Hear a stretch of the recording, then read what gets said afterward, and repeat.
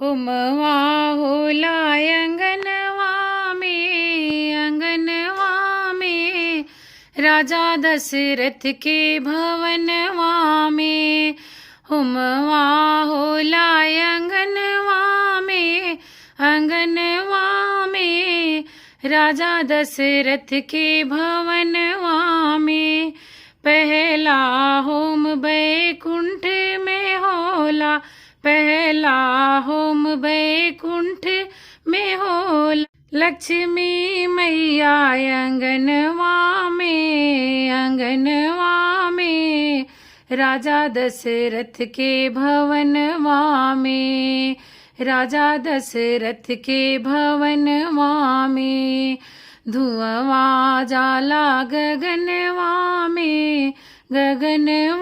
में राजा दशरथ के भवनवा में। दूसरा होम कैलाश में होला, दूसरा होम कैलाश में होला। पार्वती मैया अंगनवा में राजा दशरथ के भवनवा में, राजा दशरथ के भवनवा में।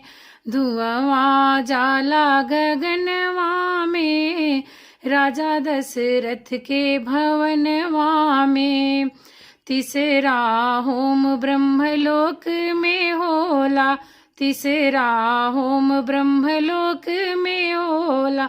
सरस्वती मैया अंगनवा में राजा दशरथ के भवनवा में। धुआं जाला गगनवा में राजा दशरथ के भवनवा में।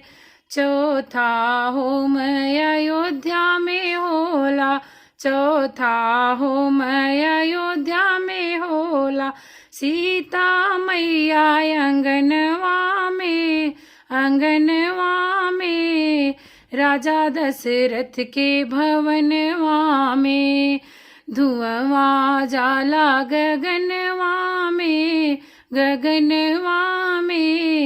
राजा दशरथ के भवनवा में। पांचवा होम वृंदावन में होला, पांचवा होम वृंदावन में होला। राधा रानी अंगनवा में राजा दशरथ के भवनवा में, राजा दशरथ के भवनवा में। धुआं जाला गगनवा में राजा दशरथ के भवनवा में। हुमवा होला अंगनवा में राजा दशरथ के भवनवा में, राजा दशरथ के भवनवा में। फ्रेंड्स, कैसा लगा हमारा ये लोक पारंपरिक हवन गीत? अगर आप लोगों को हमारा ये लोक पारंपरिक हवन गीत पसंद आए तो प्लीज़ मेरे चैनल को सब्सक्राइब करिएगा, लाइक करिएगा, कमेंट भी करिएगा।